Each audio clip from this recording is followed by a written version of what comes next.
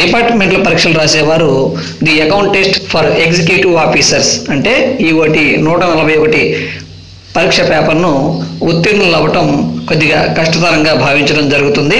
దీనికి ఒక ముఖ్య కారణం పెన్షన్ ప్రాబ్లమ్స్ను సాల్వ్ చేయాల్సి రావడం.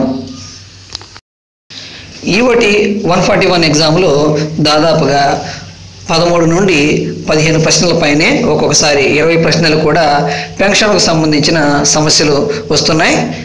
ఈ సమస్యలను మనం సాల్వ్ చేయాలి అంటే ముందుగా ఈ పెన్షన్ క్యాలిక్యులేషన్కు సంబంధించిన రూల్స్ను మనం పూర్తి స్థాయిలో తెలుసుకున్నట్లయితే ఎటువంటి సమస్యనైనా మనం ఈజీగా సాల్వ్ చేయవచ్చు. ఈ వీడియోలో మనం ఈ పెన్షన్ను క్యాలిక్యులేషన్ చేయడానికి అవసరమైనటువంటి రూల్స్ మొత్తాన్ని కూడా పూర్తిగా తెలుసుకుందాం.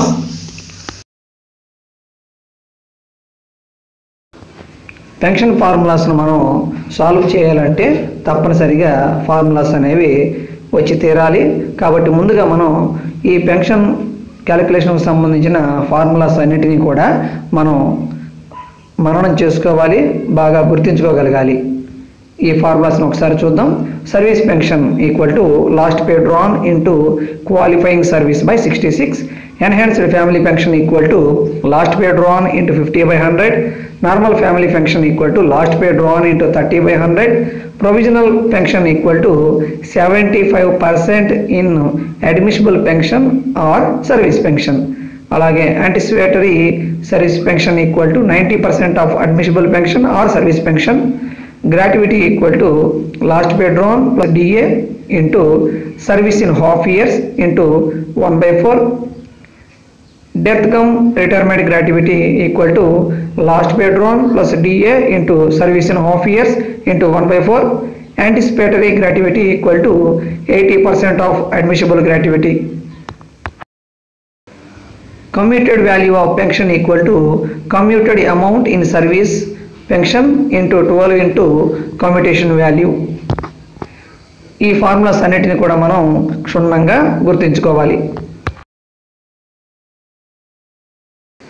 పెన్షన్ క్యాలిక్యులేషన్ చేసేటప్పుడు గుర్తుంచుకోవాల్సిన మరొక ముఖ్యమైన అంశం క్వాలిఫైయింగ్ సర్వీసును లెక్కించగలగడం. ఒక ఉద్యోగి గరిష్టంగా ఎన్ని సంవత్సరాల సర్వీసు పూర్తి చేసుకున్నప్పటికీ అతని యొక్క గరిష్ట క్వాలిఫైయింగ్ సర్వీస్ అనేది 33 సంవత్సరాల కంటే ఎక్కువగా ఉండరాదు. అంటే అతని యొక్క సర్వీసు 33 సంవత్సరాల కంటే ఎక్కువగా ఉన్నప్పటికీ దానిని మనం 33 సంవత్సరాలుగానే పరిగణించాలి. వీటిని కొన్ని ఎగ్జాంపుల్స్ ద్వారా మనం చూద్దాం. For example, if service of N employee is 35 years. ఇక్కడ ఉద్యోగి యొక్క సర్వీస్ 30 సంవత్సరాలు ఇవ్వబడింది, కానీ అది 33 సంవత్సరాలకు మించకూడదు కాబట్టి అతని యొక్క సర్వీస్ను మనం 33 సంవత్సరాలుగా పరిగణించాం. అలాగే ఉద్యోగి యొక్క సర్వీస్ అనేది 3 నెలల కంటే ఎక్కువగా ఉన్నట్లయితే దానిని మనం 6 నెలలుగా అంటే అర్ధ సంవత్సరంగా పరిగణించాలి. అలాగే 9 నెలల కంటే ఒక్కరోజు ఎక్కువగా ఉన్నప్పటికీ దానిని మనం 1 సంవత్సరంగా పరిగణించాలి. దీనిని మనం ఎగ్జాంపుల్స్ ద్వారా చూద్దాం. Example 1, if service of N employee is 17 years 4 months. అంటే ఒక ఉద్యోగి యొక్క సర్వీసు 17 సంవత్సరాల 4 నెలలు. మనం ఇప్పుడు ఇంతకుముందు చెప్పుకున్నాం 3 నెలల కంటే ఒక్కరోజు దాటినప్పటికీ దాన్ని మనం అర్ధ సంవత్సరంగా పరిగణించాలి. కాబట్టి 17 సంవత్సరాలు ప్లస్ ఈ 4 నెలలను మనం అర్ధ సంవత్సరంగా భావిస్తాం. కాబట్టి 17 సంవత్సరాల 6 నెలలు, లేదా మనం దీనిని 17.5 సంవత్సరాలుగా పరిగణించాలి. Example 2, if service of N employee is 17 years 10 months. ఇక్కడ ఉద్యోగి యొక్క సర్వీసు 17 సంవత్సరాల 10 నెలలు. మనం ఇంతకుముందు చెప్పుకున్నాం 9 నెలల కంటే ఒక్కరోజు ఎక్కువైనప్పటికీ దాన్ని మనం సంవత్సరంగా పరిగణిస్తాం. సో ఇక్కడ ఉద్యోగి యొక్క క్వాలిఫైయింగ్ సర్వీసు 17 సంవత్సరాలు ప్లస్ 1 సంవత్సరం, దట్ ఈక్వల్ టు 18 సంవత్సరాలుగా మనం పరిగణించాలి. Example 3, if service of an employee is 17 years 3 months 5 days. చూడండి, ఉద్యోగి యొక్క సర్వీసు 17 సంవత్సరాల 3 నెలల 5 రోజులు. ఇక్కడ 3 నెలలు దాటింది కాబట్టి మనం దీన్ని అర్ధ సంవత్సరంగా పరిగణిస్తాం. కాబట్టి క్వాలిఫైయింగ్ సర్వీసు 17 సంవత్సరాల 6 నెలలు అంటే 17.5 సంవత్సరాలు.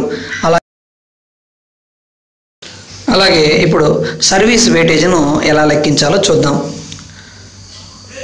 ఉద్యోగులు ఎవరైతే సూపర్ యాన్యువేషన్ను కంప్లీట్ చేసుకున్నారో, అంటే రిటైర్మెంట్ అంటే ప్రభుత్వం నిర్ధారించినటువంటి రిటైర్మెంట్, అంటే గతంలో ఇది 58 సంవత్సరాలకు ఆంధ్రప్రదేశ్లో ఉంది.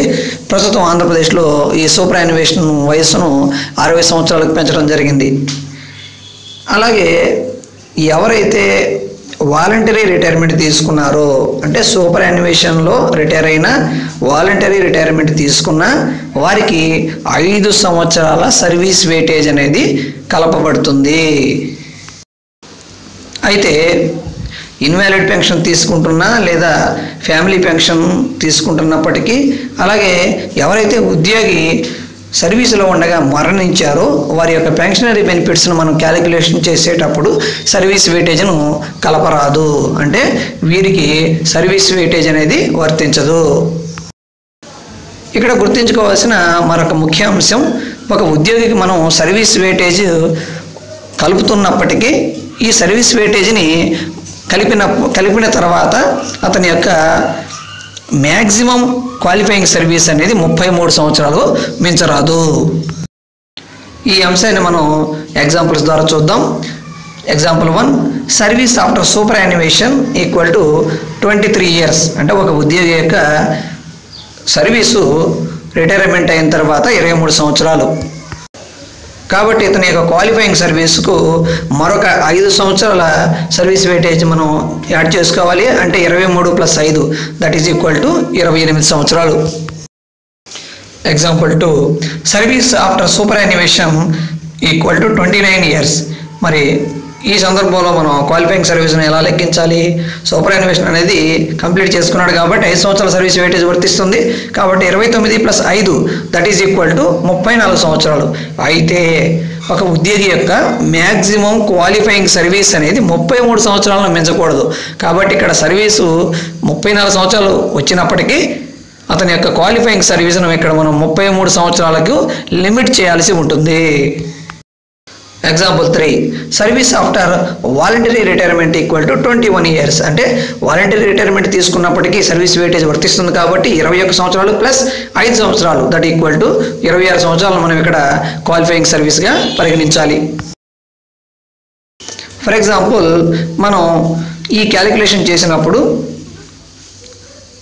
8,936 రూపాయల 35 పైసలు అమౌంట్ వచ్చింది అనుకుందాం. ఇటువంటి సందర్భంలో దీనిని తర్వాత రూపాయి, అంటే 8,936 తర్వాత రూపాయి 8,937 రూపాయలకు మనం దీన్ని సవరించుకోవాలి. అలాగే మరో ఎగ్జాంపుల్ 67,120 రూపాయల 08 పైసే వచ్చింది. ఈ సందర్భంలో మనం దీన్ని తర్వాత రూపాయికి సవరించుకోవాలి, అంటే 67,121 రూపాయలుగా మనం ఈ అమౌంట్ను పరిగణించాలి. పెన్షన్కు సంబంధించిన క్యాలిక్యులేషన్స్ను చేసేటప్పుడు, అలాగే గ్రాట్యుటీ అమౌంట్ను మనం లెక్కించేటప్పుడు ఆ విలువ రూపాయలతో పాటు పైసలు కూడా వచ్చినట్లయితే దానిని తర్వాతి రూపాయికి సవరించాల్సి ఉంటుంది. ఇప్పుడు గ్రాట్యుటీని ఎలా క్యాలిక్యులేట్ చేయాలో తెలుసుకుందాం. గ్రాట్యుటీని క్యాలిక్యులేట్ చేసేటప్పుడు బేసిక్ పేతో పాటుగా డిఏని కూడా ఇక్కడ మనం యాడ్ చేసుకోవాల్సి ఉంటుంది. మనం ఈ రెండింటి మొత్తాన్ని ఎమోల్యుమెంట్స్ అని ట్రీట్ చేయడం జరుగుతుంది. ఒక ఉద్యోగికి గ్రాట్యుటీ అనేది లభించాలి అంటే అతని యొక్క మినిమం క్వాలిఫైయింగ్ సర్వీసు 5 సంవత్సరాలు ఉండాలి. ప్రస్తుతం ఈ గ్రాట్యుటీ అనేది పాత పెన్షన్ పరిధిలోకి వచ్చే ఉద్యోగులకు మాత్రమే వర్తిస్తుంది. అలాగే గ్రాట్యుటీని మనం క్యాలిక్యులేట్ చేసేటప్పుడు సర్వీస్ను అర్ధ సంవత్సరాల్లోకి మార్చుకోవాలి. ఒక ఉద్యోగి గ్రాట్యుటీని పొందాలి అంటే అతని యొక్క మినిమం క్వాలిఫైయింగ్ సర్వీసు 5 సంవత్సరాలు ఉండాలి అని ఇప్పుడు చెప్పుకున్నాం. అయితే ఒక ఉద్యోగి సర్వీసులో ఉన్నప్పుడు 1 సంవత్సరం పూర్తి చేసుకోక మునిపే అతను మరణించినట్లయితే అతని యొక్క సర్వీసును 3 సంవత్సరాలుగా పరిగణిస్తూ వారి యొక్క ఫ్యామిలీ మెంబర్స్కు డెత్ కమ్ రిటైర్మెంట్ గ్రాట్యుటీని ఇవ్వటం జరుగుతుంది. అలాగే ఒక ఉద్యోగి 3 సంవత్సరాల సర్వీసును పూర్తి చేసుకున్న తర్వాత మరణించినట్లయితే అతని యొక్క సర్వీసును 9 సంవత్సరాలుగా పరిగణించడం జరుగుతుంది. అలాగే ఉద్యోగి 5 సంవత్సరాల సర్వీసు కంప్లీట్ చేసుకున్న తర్వాత మరణించినట్లయితే అతని యొక్క సర్వీసును 18 సంవత్సరాలుగా పరిగణించడం జరుగుతుంది. ఇప్పుడు మనం కాంపిటీషన్ వాల్యూను ఎలా లెక్కించాలో చూద్దాం. ఎవరైతే సర్వీస్ పెన్షన్ తీసుకుంటున్నారో ఆ ఉద్యోగి అతని యొక్క సర్వీస్ పెన్షన్లో 40% పెన్షన్ వరకు కమిట్ చేయడానికి అవకాశం ఉంది. అయితే ఫ్యామిలీ పెన్షన్ తీసుకుంటున్న డిపెండెంట్స్కు మాత్రం ఆ ఫ్యామిలీ పెన్షన్లో అమౌంట్ను కమిట్ చేసే అవకాశం అనేది లేదు. ఒక ఉద్యోగి సర్వీస్ పెన్షన్ తీసుకుంటూ ఆ పెన్షన్ అమౌంట్ను కమిట్ చేసినట్లయితే ఆ కమిట్ చేసిన తర్వాత 15 సంవత్సరాలలో ఈ కమిట్ చేసినటువంటి అమౌంట్ తిరిగి రిస్టోరేషన్ అవుతుంది. కాంపిటీషన్ అమౌంట్ ఆఫ్ పెన్షన్ మనం లెక్కించేటప్పుడు గుర్తుంచుకోవాల్సిన మరొక విషయం కాంపిటీషన్ వాల్యూ. ఈ కాంపిటీషన్ వాల్యూస్ను ఆయా వయస్సుల వారికి కాంపిటీషన్ వాల్యూస్ను ప్రభుత్వం అనేది నిర్ణయించడం జరుగుతూ ఉంటుంది. సహజంగా కాంపిటీషన్ వాల్యూను లెక్కించేటప్పుడు ప్రస్తుతం ఉన్నటువంటి వయస్సు కాకుండా తర్వాతి బర్త్డేకి అతని యొక్క కాంపిటీషన్ వాల్యూను నిర్ణయించడం జరుగుతుంది. ఫర్ ఎగ్జాంపుల్, ఒక పెన్షనర్ యొక్క ఏజ్ 55 సంవత్సరాలు అనుకుందాం. ఇతనికి కాంపిటీషన్ వాల్యూను లెక్కించేటప్పుడు తర్వాత బర్త్డే 56 సంవత్సరాలకు కాంపిటీషన్ వాల్యూను లెక్కించడం జరుగుతుంది. ఆర్పిఎస్ 2015లో కొత్తగా కాంపిటీషన్ వాల్యూను ఆంధ్రప్రదేశ్ ప్రభుత్వం కానీ తెలంగాణ ప్రభుత్వం కానీ ప్రకటించలేదు.